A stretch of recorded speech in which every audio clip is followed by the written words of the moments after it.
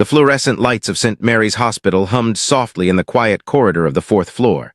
It was 2:47 a.m., and Margaret Hayes sat in the stiff-backed chair beside her mother's bed, watching the steady rise and fall of the woman's chest. Outside the window, the small town of Oak Ridge, Virginia, slept peacefully, unaware of the silent battle being fought in room 412. Margaret's mother, Eleanor Hayes, had suffered a severe stroke 3 days earlier. At 78 years old, Eleanor had always been the strongest woman Margaret knew, a widow who had raised 2 children alone after her husband died in a car accident 30 years ago. Now she lay unconscious, tubes and wires connecting her fragile body to machines that beeped and whirred with mechanical precision. Margaret reached out and gently held her mother's hand. The skin felt paper-thin, cool to the touch. She thought about all the times those hands had comforted her, after schoolyard fights, after her divorce, after every failure and disappointment. Eleanor had never been a woman of many words, but her presence had always been enough. "I'm here, Mom," Margaret whispered. "I'm not going anywhere." The truth was, Margaret didn't have anywhere else to go. She had taken emergency leave from her position as a supply officer at Naval Station Norfolk, 2 hours away. Her commanding officer had been understanding but firm. She had 1 week, maybe 2 if the situation was critical. After that, she would need to return to duty or face disciplinary action. Margaret was used to not being taken seriously. At 36 years old, she had spent 14 years in the Navy, working her way up through the ranks with quiet determination. She wasn't special operations. She wasn't a pilot. She was logistics, the unglamorous backbone of military operations that everyone needed but nobody celebrated. Her brother, on the other hand, was a different story. Commander Jake Hayes was a Navy SEAL, currently deployed somewhere in the Middle East on a mission so classified that even Margaret didn't know the details.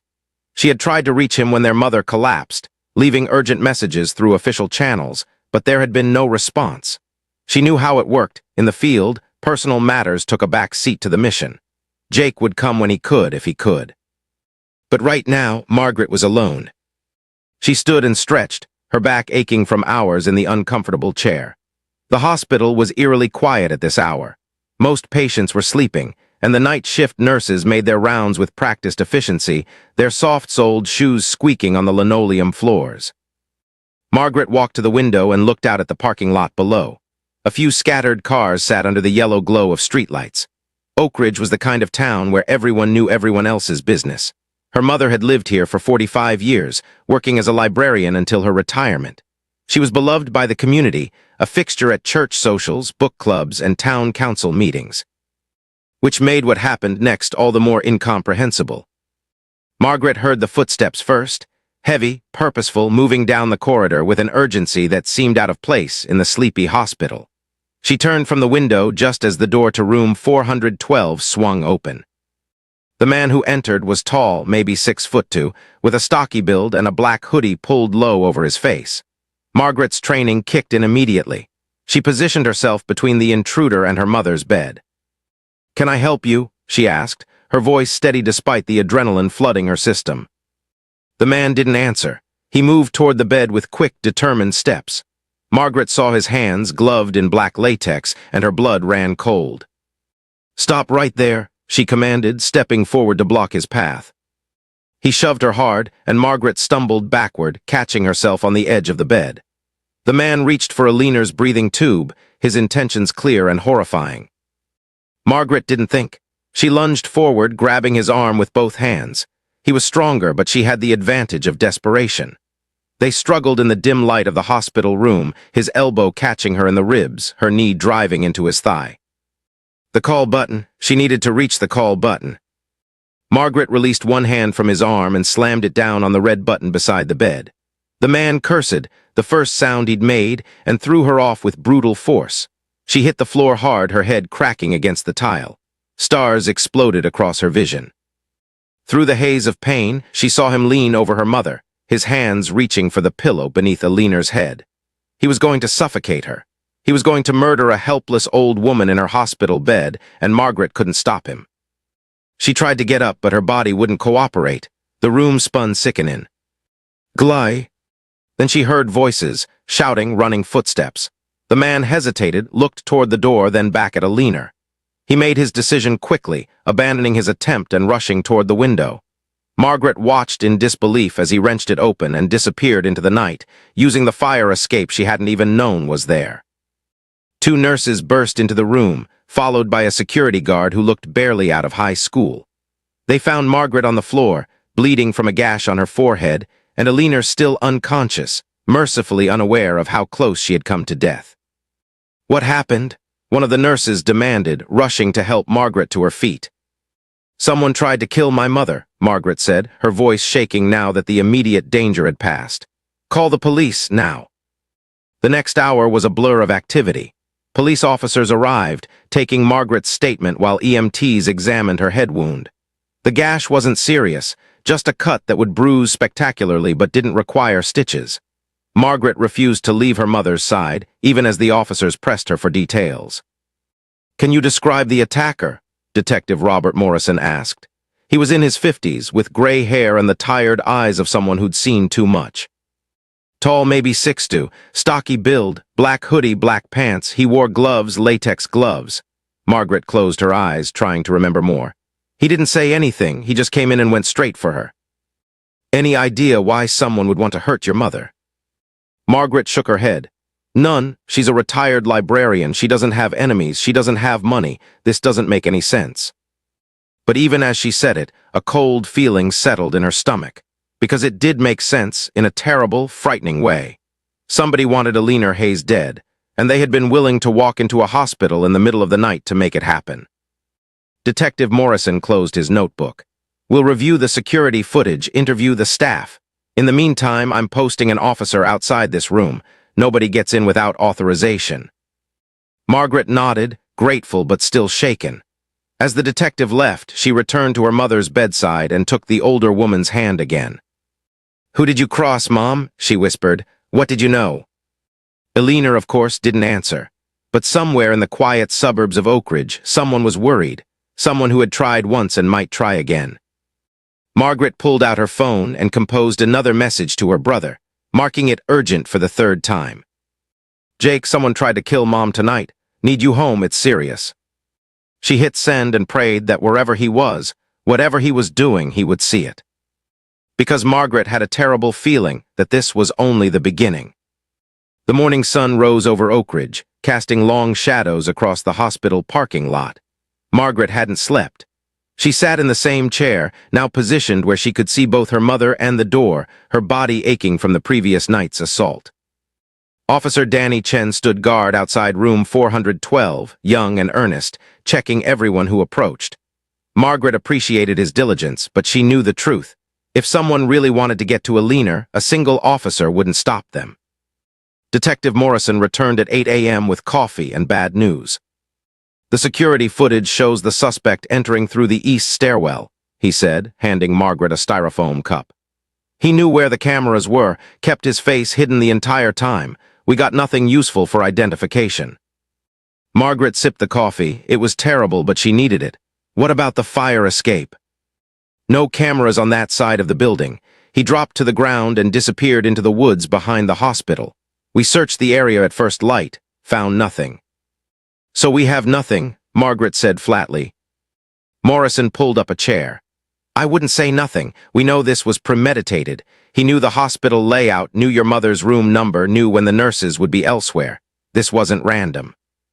"Which means what, exactly?" "It means your mother was specifically targeted, and that means there's a reason." Morrison leaned forward.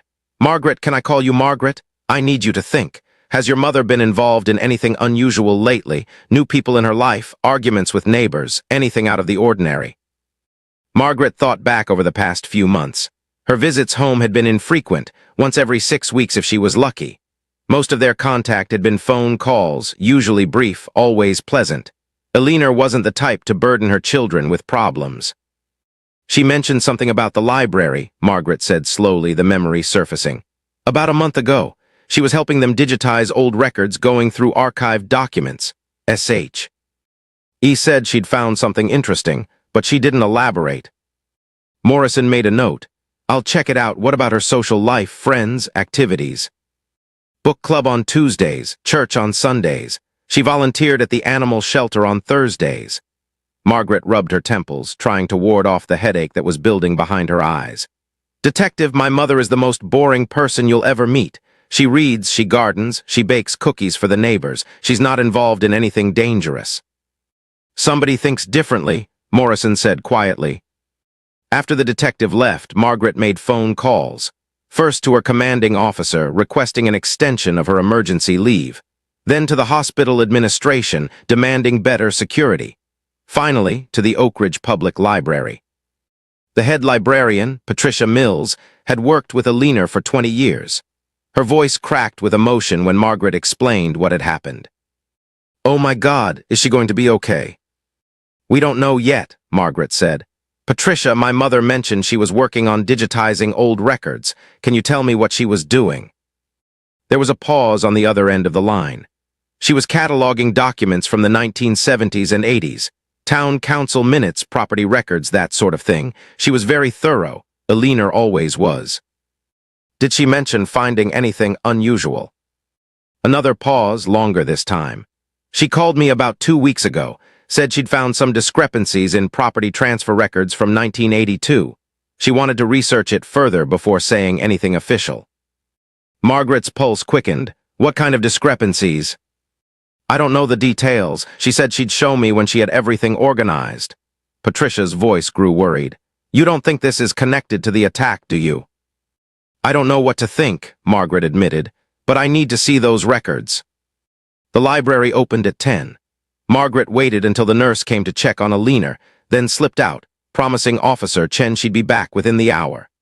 The Oak Ridge Public Library was a brick building on Main Street, sandwiched between a hardware store and a diner that had been serving the same menu since 1965. Patricia met her at the door, a woman in her 60s with reading glasses hanging from a chain around her neck.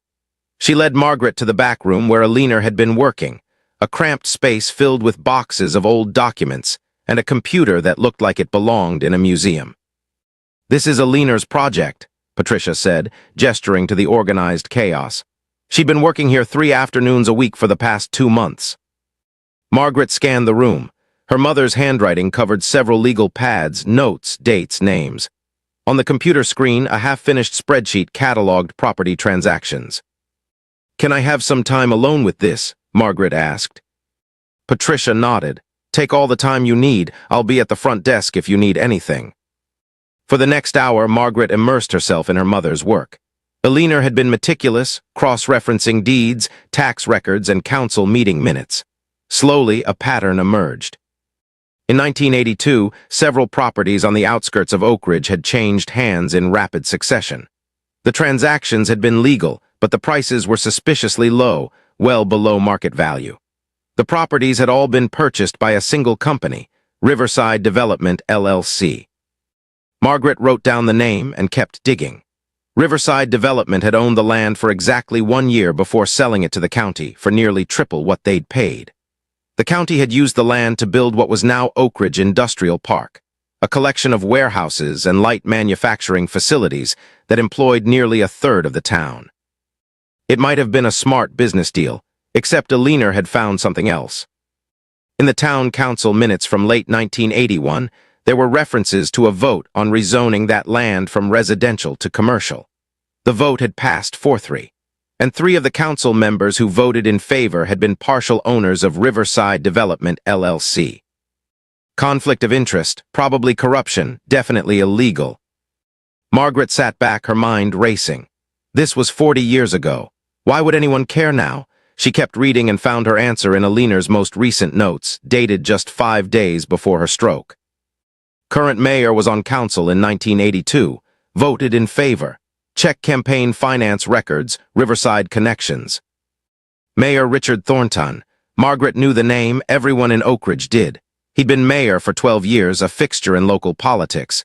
Respected, influential, powerful. And potentially corrupt. Margaret's phone buzzed, a text from an unknown number. "Stop digging or your mother dies. This is your only warning." Her blood ran cold. She looked around the empty room, suddenly aware of how vulnerable she was. Someone was watching. Someone knew exactly what she was doing. She grabbed her mother's notes and the legal pads, stuffing them into her bag. Her hands shook as she locked the library's back door behind her and hurried to her car. The drive back to the hospital took less than 5 minutes, but it felt like an eternity. Margaret's mind raced with possibilities, each more frightening than the last. If Mayor Thornton was involved, he had resources. He had connections. He could make problems disappear. When she reached room 412, Officer Chen was still at his post, but something was wrong. Margaret could see it in his face. "What happened?" she demanded. "Your mother had a visitor," Chen said. "About 20 minutes ago, man in a suit said he was from the mayor's office. Wanted to deliver flowers on behalf of the town. I checked his ID. It was legitimate." Margaret pushed past him into the room. A massive bouquet of white lilies sat on the bedside table, their sickly sweet scent filling the air. "You let him in the room." "He was from the mayor's office," Chen said defensively. "I watched him the whole time. He didn't touch anything except the flowers." Margaret approached the bouquet slowly, her heart pounding. Nestled among the lilies was a small white card. She pulled it out with shaking hands. "Our thoughts and prayers are with you and your family during this difficult time. Mayor Richard Thornton." It looked innocent. It was meant to look innocent. But Margaret knew better. This was a message. This was a threat. "We know where she is. We can reach her any time." Margaret pulled out her phone and called Detective Morrison. "I know why someone tried to kill my mother," she said when he answered, "and I know who's behind it." 3,000 miles away, in a classified location outside of Kandahar, Afghanistan, Commander Jake Hayes was finishing a mission debrief when his commanding officer pulled him aside. "Hayes, you need to take this call. It's urgent." Jake's stomach dropped. Urgent calls in the middle of deployment were never good news. He followed his co into a secure communication room and picked up the encrypted phone. "Commander Hayes." "Jake, it's Morrison. Detective Robert Morrison from Oak Ridge PD. We met at your dad's funeral." Jake remembered. It had been 8 years ago, but he remembered the kind detective who had helped his family through the aftermath. "What's wrong?" "It's your mother. She had a stroke 3 days ago. She's in critical condition at St. Mary's." The words hit Jake like a physical blow. His mother, his strong, unshakable mother. "I didn't know. I've been dark on a mission. I know. Your sister told me." Morrison's voice was grim. "Jake, there's more. Someone tried to kill her last night, broke into the hospital, attempted to suffocate her. Your sister fought him off." "Margaret?" Jake's mind struggled to process. His little sister, the logistics officer who spent her days managing supply chains and inventory reports, had fought off an attacker. "She's okay, shaken up, but okay. But Jake, this is serious. Your mother uncovered some information about local corruption, stuff that goes back decades and implicates some powerful people, including the mayor." Morrison explained everything, the property records, the threatening text, the flowers from Mayor Thornton. With each detail, Jake's jaw tightened. "I'm coming home," he said. "Your mother needs you, and honestly, Margaret could use the backup. She's trying to handle this alone, and she's in over her head." Jake ended the call and immediately sought out his commanding officer. Within 2 hours, he was on a transport plane heading back to the States. Beside him, in a specially designed carrier, was his K9 partner, a Belgian Malinois named Thor. Thor had been with Jake for 3 years, through 6 deployments and countless operations. The dog was more than a partner, he was family, and right now Jake's family needed him. The flight was long, giving Jake too much time to think. He thought about his mother, lying unconscious in a hospital bed. He thought about Margaret, fighting to protect her. And he thought about the kind of men who would try to murder a 78-year-old woman to protect their secrets. He knew what he was going to do. He knew it would be messy, possibly illegal, and definitely dangerous. But Jake Hayes hadn't become a Navy SEAL by playing it safe. The plane landed at Naval Station Norfolk 26 hours after he'd gotten the call. Jake cleared customs, collected Thor, and drove straight to Oak Ridge. He arrived at St. Mary's Hospital just after 2 a.m., almost exactly 24 hours after the attack. Margaret was asleep in the chair beside their mother's bed when Jake walked in. Officer Chen had been replaced by a different guard, an older cop named Williams who recognized Jake immediately. "Commander Hayes, we've been expecting you." Jake nodded and entered the room quietly. He stood for a moment, looking at his mother's still form, then at his sister. Margaret looked exhausted, her face pale and bruised, a butterfly bandage above her left eyebrow. He touched her shoulder gently. Mags. Margaret's eyes flew open. For a second she looked confused, then recognition dawned. Jake. She stood and threw her arms around him, and Jake was surprised to feel her shaking. Margaret had always been the tough one, the one who never cried, who never showed weakness.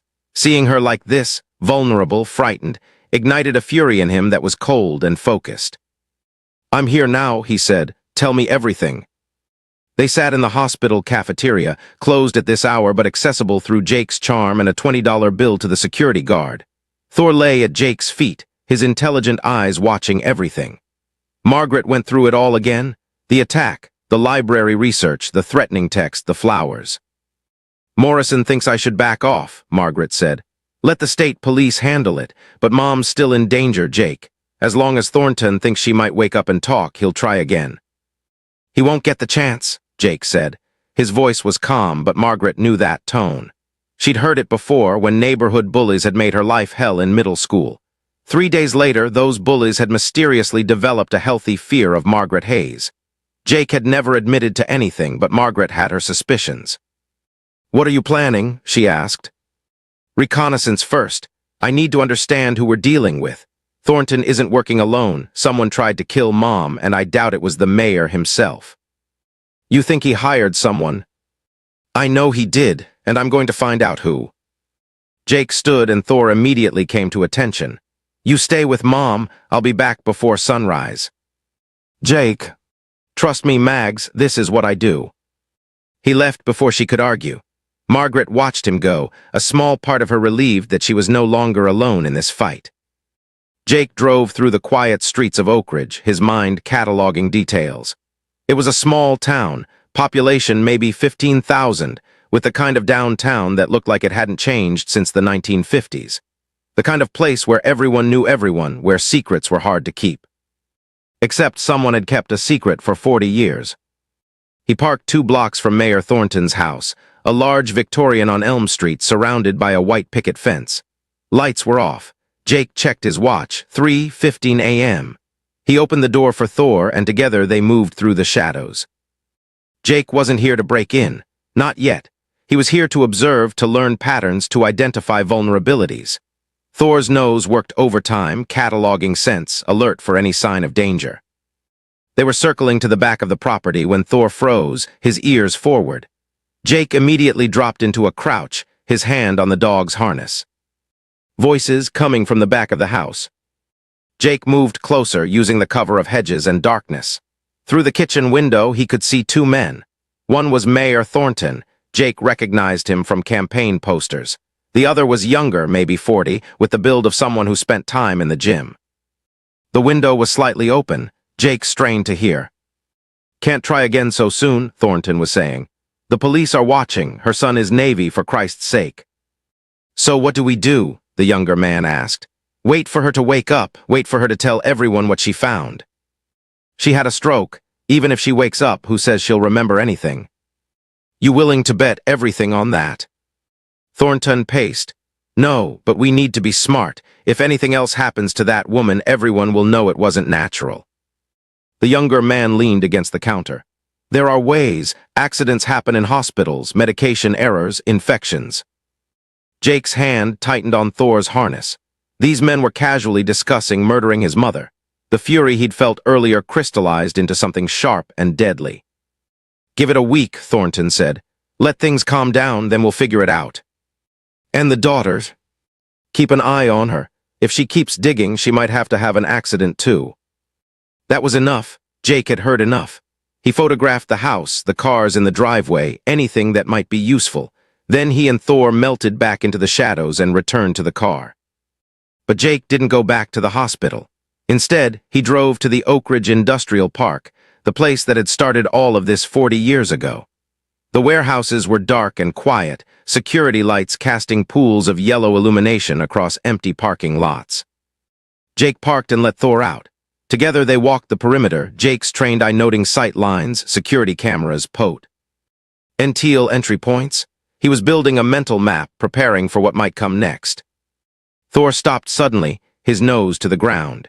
He followed a scent to the back of one of the warehouses, a building with a faded sign that read Riverside Storage Solutions. Riverside, the same name as the development company from 1982. Jake tried the door, locked, but the lock was old and Jake had been trained by the best. 30 seconds later, they were inside. The warehouse was mostly empty, a few pallets of boxes, some old equipment. But in a corner office, Jake found what he was looking for. File cabinets, still locked but not for long. Inside were records, old records, financial documents showing payoffs, bribes, shell companies, and photos of a younger Richard Thornton with men Jake recognized from news reports. Organized crime figures, men who had been in prison for decades now but whose influence had clearly shaped Oak Ridge's development. This was the proof. This was what Alina had stumbled onto, what she nearly died, trying to expose. Jake photographed everything, Thor standing guard at the door. They were almost finished when Thor's low growl froze Jake in place. Someone was coming. Jake killed his flashlight and moved to the window. Outside, a car had pulled up, the same car that had been in Thornton's driveway. The younger man got out, along with another figure. They were coming to check the building. Maybe they'd seen Jake's car. Maybe this was routine. Either way, Jake and Thor were about to have company. Jake weighed his options. He could hide, wait them out. But if they found evidence that someone had been here, they'd destroy everything. Or he could confront them, but that would blow his cover and potentially put Margaret and his mother in more danger. Thor made the decision for him. The dog's ears pricked forward, his body tense. He detected something Jake hadn't. Then Jake heard it too. A third car approaching fast, it screeched to a stop outside and doors slammed. Police, nobody move. Detective Morrison's voice cut through the night. Jake allowed himself a small smile. He'd sent Morrison a text before breaking into the warehouse, suggesting the detective might want to check out Riverside Storage Solutions for evidence related to his investigation. Sometimes, the best operations were the ones where you let the proper authorities do their job. Jake slipped out a side door with Thor, circling around to watch as Morrison and his team arrested the two men. They'd find the files. They'd have their evidence. As Jake drove back to the hospital, he called Margaret. "It's over," he said when she answered. "Morrison has what he needs. Thornton and his people are done." "How?" Margaret started to ask. "Better if you don't know all the details. Let's just say Thor and I did some late-night reconnaissance." "You broke the law, didn't you?" "I prefer to think of it as creative problem-solving." For the first time in days, Jake heard his sister laugh. It was a small sound, tired and relieved, but it was something. "Get some rest, Mags. I'll be there in 20 minutes. "Jake, thank you. That's what big brothers are for." The dawn broke over Oak Ridge with the kind of crisp clarity that follows a storm. The town woke to news that would shake it to its foundations. Mayor Richard Thornton had been arrested on charges of conspiracy to commit murder, corruption, and obstruction of justice. Margaret stood at the hospital window, watching the sunrise paint the sky in shades of orange and pink. Behind her, Jake sat beside their mother's bed, Thor lying at his feet. The dog's presence had required special permission from the hospital administrator, but Jake Hayes was not a man easily told no. "Detective Morrison called," Margaret said without turning around. "They found everything. Financial records going back 40 years, proof of bribes, kickbacks, illegal land deals. They're estimating Thornton and his associates stole over $30 million from this town." "And the guy who attacked Mom?" Jake asked. "Anthony Marino, Thornton's nephew and personal enforcer. He's been doing Thornton's dirty work for years. Intimidation, assault, worse probably. Morrison thinks they can tie him to at least 3 other deaths that were ruled accidental." Margaret finally turned to face her brother. In the morning light, she could see the toll the past few days had taken on both of them. Jake looked older somehow, the lines around his eyes deeper. But there was also a calmness about him, the stillness of a man who had done what needed to be done. "How did you know where to look?" she asked. Jake scratched Thor behind the ears.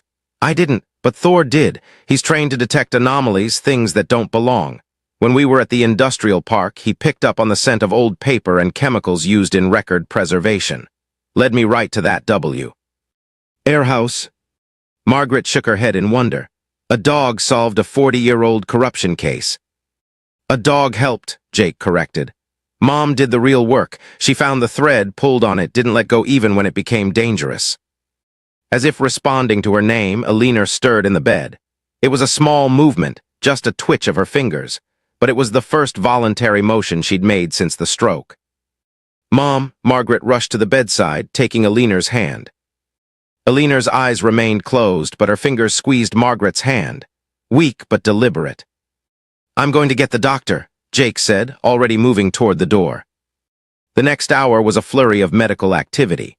Doctors and nurses filled the room, running tests, checking monitors, adjusting medications.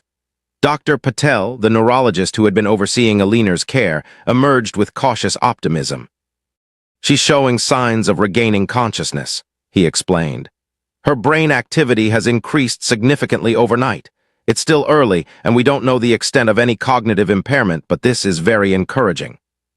Margaret felt tears streaming down her face. She didn't bother to wipe them away. "When will she wake up?" "Could be hours, could be days, but I believe she will wake up," Dr. Patel smiled. "Your mother is a fighter."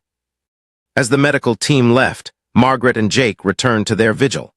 Thor had been temporarily relocated to the hallway during the examination, but Officer Williams brought him back in, the dog immediately taking his place beside Jake.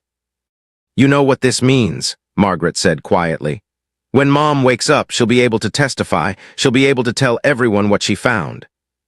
"She won't have to," Jake replied. "Morrison has enough evidence to put Thornton away for life. The FBI is getting involved too. This kind of corruption is federal." "But she'll want to, you know, Mom." Jake nodded. He did know. Alina Hayes had never been one to let others fight her battles. She would insist on telling her story, on making sure everyone understood what had happened and why it mattered.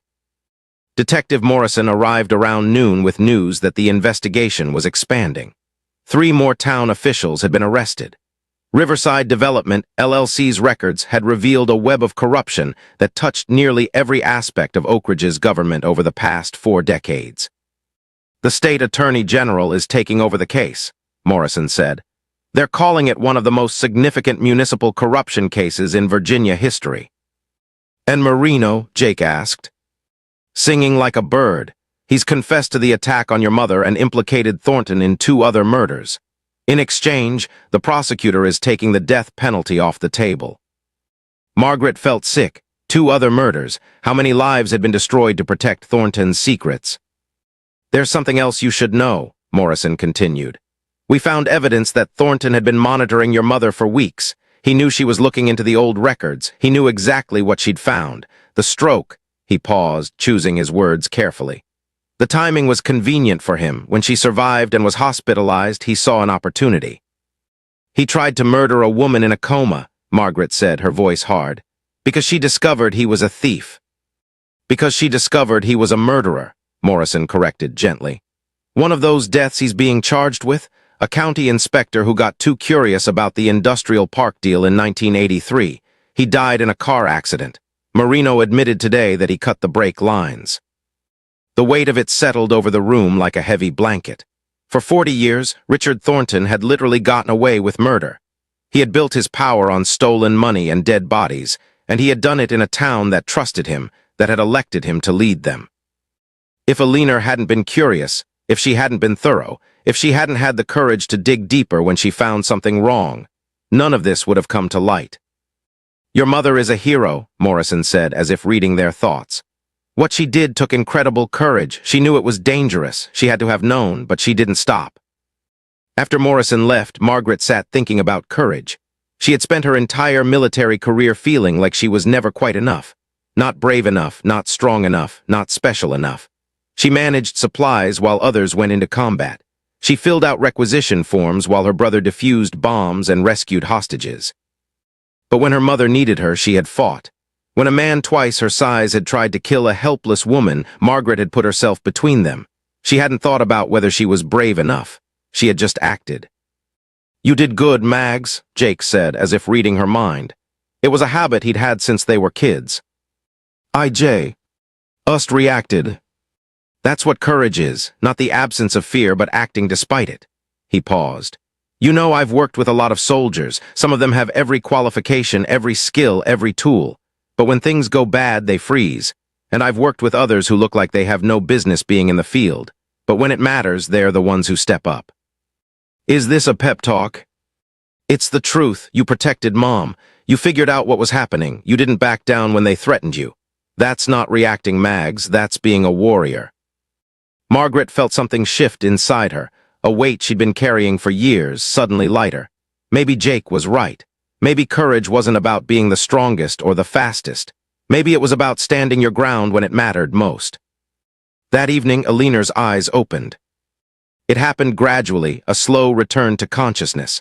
First a flutter of eyelids, then confusion, then clarity. Margaret was holding her mother's hand when Alina finally focused on her face.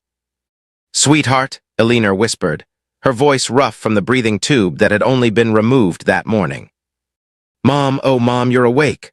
Margaret was crying again, pressing her mother's hand to her cheek. Alina's gaze moved past Margaret and found Jake. A smile, weak but genuine, crossed her face. "Both my babies here." "Wouldn't be anywhere else," Jake said, moving to the other side of the bed. Alina tried to speak again, but Dr. Patel, who had been monitoring from the doorway, stepped in. "Mrs. Hayes, you've been very ill. You need to rest. Save your strength." But Alina was shaking her head, agitated. "The records," she managed. "I found corruption, have to tell." "Mom, it's okay," Margaret said quickly. "We know, the police know. Mayor Thornton has been arrested. It's over." Alina's eyes widened. "Arrested?" "Because of you," Jake said. "Because you were brave enough to look for the truth." Tears slipped down Alina's cheeks. "People died, I found. They killed people." "I know, Mom, I know, but it's going to be okay now. Justice is being done." Alina closed her eyes, exhausted from even that brief conversation. But there was peace on her face now, a relaxation that hadn't been there before. Over the next few days, Alina's recovery progressed steadily. The stroke had affected her right side, requiring physical therapy, but her mind was sharp. She spent hours with Detective Morrison and the state prosecutors, telling them everything she'd discovered, filling in gaps in the documentary evidence. The media descended on Oak Ridge. National news picked up the story. A small-town librarian who had exposed decades of corruption nearly died for it and lived to see justice done. Alina became, much to her embarrassment, a minor celebrity. But it was the local response that meant the most. The people of Oak Ridge, once they understood what had been done in their name, rallied around Alina. They visited her in the hospital with flowers and cards. They organized fundraisers for her medical bills.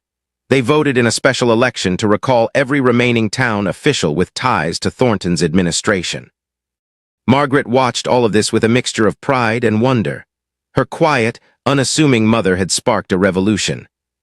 1 week after Alina had awakened, Margaret and Jake sat with her in the hospital room, discussing the future.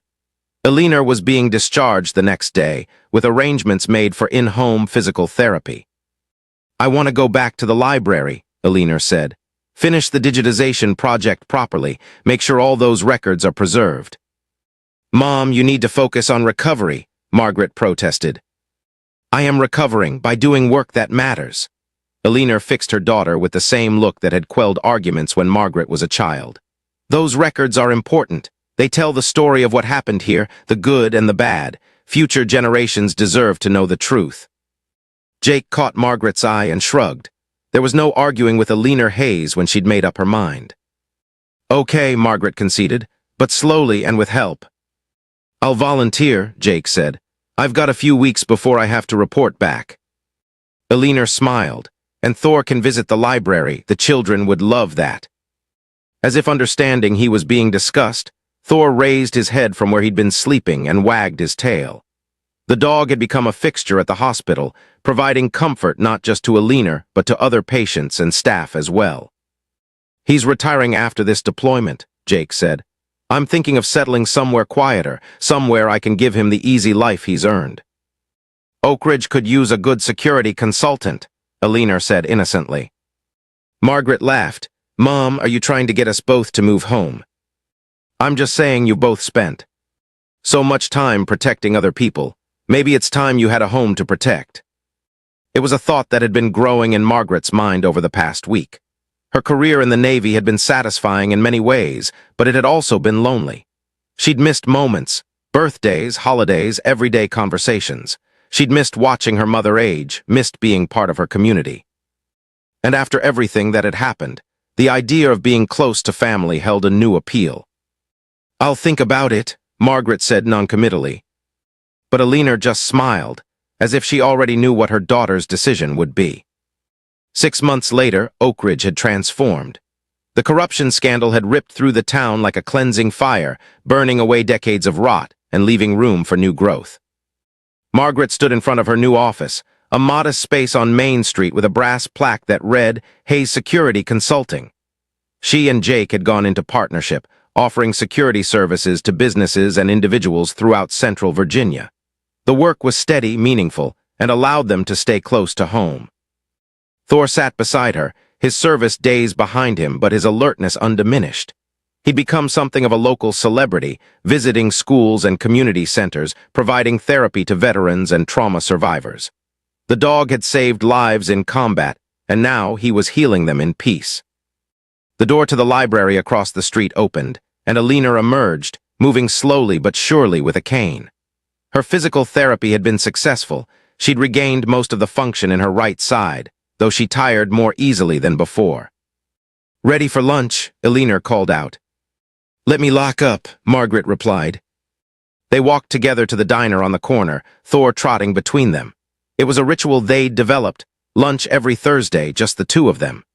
Jake usually worked from home on Thursdays, managing the administrative side of their business while Margaret handled client meetings. The diner was busy, filled with the lunch rush, but a booth in the back was always held for them, a small town courtesy that Margaret had initially protested but eventually accepted. Oak Ridge took care of its own, and the Hayes family had become symbols of integrity in a community working hard to rebuild its reputation. "I got a call from Patricia this morning," Alina said once they'd ordered. "The Historical Society wants to create an exhibit about the corruption case. They're calling it Courage in the Stacks." Margaret smiled. "How do you feel about that?" "Embarrassed mostly. I was just doing what was right." "Mom, you almost died doing what was right. That's the definition of courage." Alina waved a hand dismissively, but Margaret could see she was pleased. Her mother had never sought attention, but the recognition from her community meant something. "They want to interview you too," Alina added. "About the attack, how you fought off Marino." It was Margaret's turn to feel embarrassed. The story had grown in the telling. She'd heard versions where she'd single-handedly defeated 3 armed men. The truth was much simpler and much less heroic. She'd been terrified, had acted on instinct, and had gotten lucky. "I'll think about it," Margaret said. Their food arrived, and they ate in comfortable silence. Through the diner's front window, Margaret could see Main Street, busy with shoppers, children playing, life continuing as it always had. But underneath the normalcy, something had changed. Oak Ridge had learned that silence in the face of corruption came at a terrible cost. They had learned that ordinary people could make extraordinary differences. And they had learned that truth, no matter how long buried, eventually came to light. After lunch, Margaret walked Alina back to the library. The building had been renovated recently, new computers, new furniture, a grant from the State Historical Society to properly preserve the town's records. "I'll pick you up at 5, Margaret said. "Take your time, I've got book club tonight." Margaret watched her mother disappear into the library, still marveling at Alina's resilience. The stroke could have broken her. The attack could have made her afraid. Instead, she had come back stronger, more determined to make a difference. Margaret returned to her office to find Jake waiting, Thor at his side. "We got a new client," Jake said, handing her a file. "Woman over in Harrisonburg, says her elderly father is in a nursing home and she thinks staff are stealing from him." Margaret skimmed the intake form. "This isn't really our usual work." "No, but it's the right work." Jake met her eyes. "We didn't start this business just to install security cameras and run background checks. We started it because we saw what happens when people who can't protect themselves are targeted, when the vulnerable have no one to fight. For them." He was right. The business had grown beyond their initial plans, taking on cases that other firms wouldn't touch. Elder abuse investigations, whistleblower protection, cases where the powerful preyed on the powerless. "Okay," Margaret said. "Set up a meeting, let's see what we can do." That evening, Margaret drove Alina home from book club. They lived together now in Alina's house, the same house where Margaret had grown up. Jake had his own place a few blocks away, close enough to help but far enough to maintain independence. "How was book club?" Margaret asked. "Heated, we're reading a political thriller and everyone has opinions." Eleanor smiled. "It's good to have opinions again. For so long, I think we all just accepted how things were. Now people are engaged, questioning, demanding better." They pulled into the driveway, and Margaret helped Eleanor out of the car. Inside, the house smelled like the pot roast Margaret had put in the slow cooker that morning. Another new routine, cooking meals that Eleanor could help prepare, but that didn't require her to stand for long periods. After dinner, they sat on the porch as the sun set. Thor lay at their feet, content in the cool evening air. "Do you ever regret it?" Margaret asked. "Going after Thornton, it cost you so much." Eleanor was quiet for a long moment. "I regret that I almost didn't get to say goodbye to you and Jake. I regret the pain I caused you both, but going after the truth? No, I don't regret that. Even knowing you might have died. Especially knowing that, because if I hadn't, how many more years would Thornton have stolen from this town? How many more people would have been hurt?" Eleanor reached over and took Margaret's hand. "Some things are worth the risk, truth, justice, making sure the next generation inherits something better than we did." Margaret squeezed her mother's hand, understanding on a level she never had before. This was the kind of courage that didn't make headlines, that didn't earn medals. It was the courage of ordinary people doing what was right simply because it was right. "I'm proud of you, Mom." "I'm proud of you too, sweetheart. You found your place, your purpose." And Margaret realized it was true. For years, she had defined herself by what she wasn't, not special forces, not a pilot, not a hero. But now she understood that heroism came in many forms. It was showing up every day. It was protecting those who couldn't protect themselves. It was standing firm when it would be easier to look away. Over the following months, the Hayes security consulting business thrived. Word spread about the team that had brought down a corrupt mayor, a Navy SEAL, his dog, and a supply officer who had proved to be tougher than anyone expected. They took on cases across Virginia and beyond.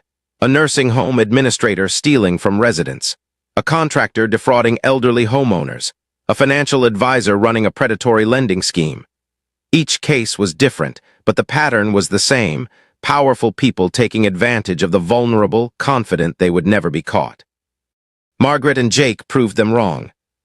Thor became an integral part of their investigations. His training allowed him to detect drugs, weapons, and explosives, but more importantly, his presence had a way of getting people to talk. There was something about a retired military working dog that inspired trust and honesty. 1 year after the attack, Oak Ridge held a ceremony in Eleanor's honor. The town had established a new ethics committee, implemented transparent financial reporting, and created a citizen review board to oversee government operations. It wasn't perfect, but it was progress. Eleanor stood at the podium in front of hundreds of people, neighbors, friends, reporters from across the state. Margaret and Jake sat in the front row, Thor between them. "A year ago," Eleanor began, her voice steady and clear, "I was just a retired librarian who liked organizing things. I had no idea that my love of proper record-keeping would lead to all of this."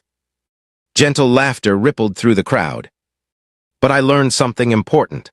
I learned that ordinary people have extraordinary power when they choose to use it. I learned that silence enables corruption, and that speaking up, even when it's scary, even when it's dangerous, is the only way to create change." Eleanor paused, looking directly at her children. "I also learned that I didn't do this alone. My daughter fought for me when I couldn't fight for myself. My son came home from across the world to protect our family, and a four-legged hero named Thor helped expose the truth." The crowd applauded, and Thor's ears perked up at the sound of his name. "But most importantly," Eleanor continued, "I learned that this community, our community, is full of people who care about doing what's right. When you learned what had been done in your name, you didn't turn away, you demanded accountability, you voted for change. You proved that Oak Ridge is a town worth fighting for." The ceremony ended with the unveiling of a plaque at the library, commemorating Eleanor's courage and dedication to truth. Margaret stood beside her mother, watching the crowd disperse, and felt a profound sense of peace. This was home, not just the town or the house, but this purpose, this family, this choice to stand for something that mattered. That night, the Hayes family gathered at Eleanor's house for dinner, a tradition they'd maintained every Sunday. Jake brought his girlfriend, a teacher he'd met at one of Thor's school visits. Margaret had invited Detective Morrison, who had become a close friend over the past year. They sat around the dining table that had witnessed countless family meals, sharing food and stories and laughter. Thor lay under the table, receiving occasional treats from everyone despite Alina's protests about feeding the dog from the table. "I got an interesting call today," Morrison said during dessert. "FBI wants to know if we'd be interested in consulting on elder fraud cases. Apparently our little corruption bust inspired a task force." "Our little corruption bust," Jake repeated with a grin. "Pretty sure that was all Mom." "It was a team effort," Alina insisted. "Well, the team has a standing invitation to help the feds," Morrison said. "What do you think?" Margaret looked at Jake, then at her mother. A year ago, she had been a supply officer counting inventory and wondering if she was making a difference.